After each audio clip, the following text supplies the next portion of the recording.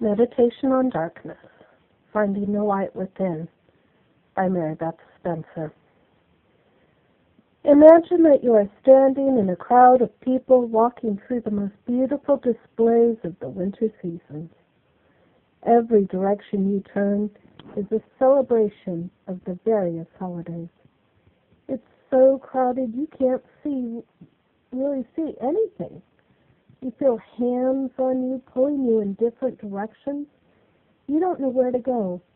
Everyone is happy and cheerful, but it's hard to know where to go and what to do. You feel yourself starting to get a little bit overwhelmed and tired of it all. Acknowledge that all of this is noise, and all of these people and all these celebrations are hard to enjoy. Now wave your hand and watch the people fade away slowly. They start to fade, becoming like shadows. The hands pulling on you cease to impede your movements. The voices and laughter become like distant echoes. They do not realize they are fading. It is not frightening. You simply watch them disappear, fading away. You find yourself standing alone. It's wonderful. Now you don't feel pushed or pulled. There's no happiness, real or forced, or laughter. It's a relief to be able to feel your own genuine emotions, not the ones pushed on you by those around you. Now take a moment and look around you. You're standing in the middle of a public display of the various holidays. You can see all the ones you recognize and even some you don't.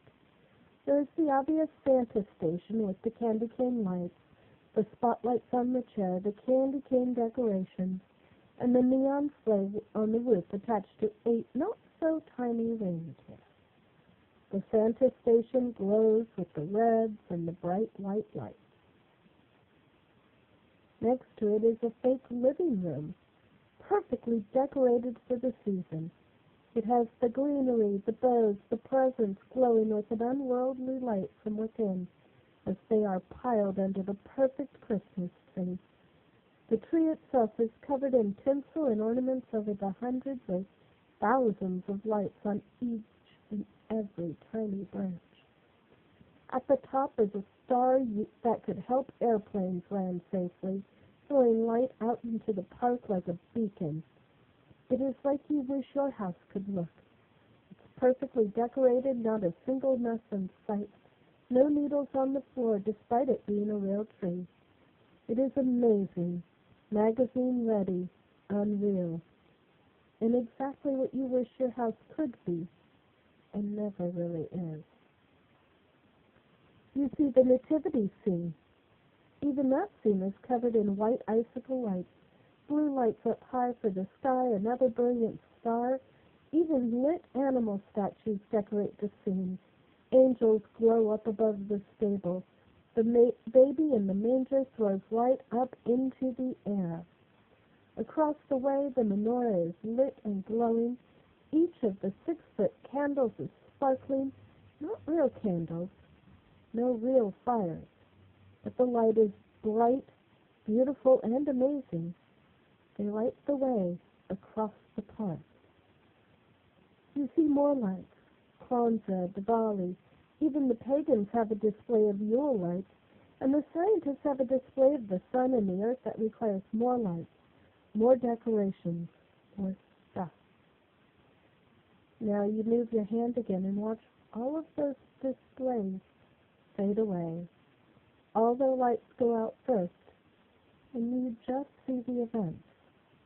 The displays look different when they're not so artificially lit.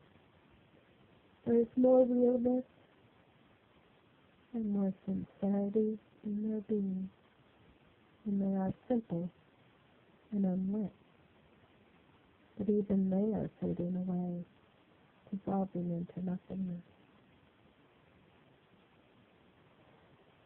Now, you are standing alone on an empty feast. You see that you are on a hill the highest rise of the area. Looking around, you notice that the trees are bare except for those evergreens. The berries are all gone except for the red holly berries and the white mistletoe berries. With the disappearance of the bright artificial lights, you notice how quiet the world has become. You see the movement of the brush as animals move in their nests, settling deeper in their sleep. You sense the movement of the breeze, cold but not uncomfortable. You notice the snows of the hills, of nature, of winter. Now look up at the deep, dark sky. You see more stars than you ever have before. The deep blue-black of the night sky is lit by those distant, mysterious lights of stars, as distant as anything we know. You may even recognize planets, constellations, maybe even a shooting star. And now you wave your hand again. Even those lights fade out. You are standing on the hill, alone, in the dark. You might feel an instant of fear. But then you realize that the darkness is not something to fear. It is the place where you are simply you. Here, with none of the people, none of the holidays, none of the light, none of the demands, not even nature. You are simply present. The quiet of the quietest night, the longest night, the silent night, the endless night, the deepest night, is all present and embracing with you. And you can remain here for as long as you desire. Here is where you can simply be. Relax into the deep rest that is the dark night. Do not fall asleep. That would surrender your enjoyment of this place and time that is outside of any place and outside of any time.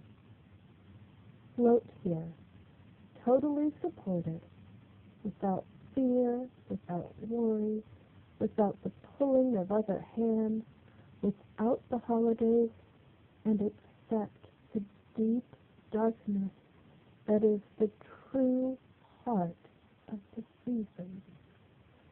Know that this is a place your ancestors visited and understood. This is the place of stillness that can only be found within.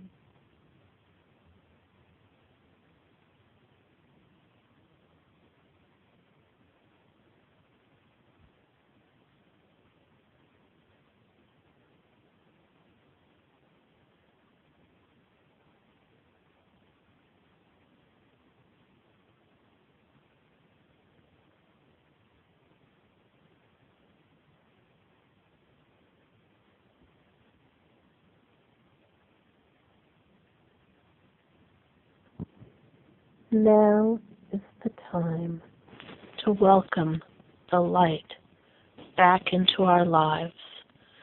But we need to understand the light and where it comes from. We do not create the lights that we saw on the displays, at least not on our own. We do not wave our hands and have the light return magically.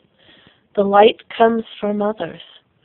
We can wrap ourselves in the artificial lights we are given, or we can cultivate our own genuine light. But to do that, we have to understand where the light comes from. We have to build our own light from within.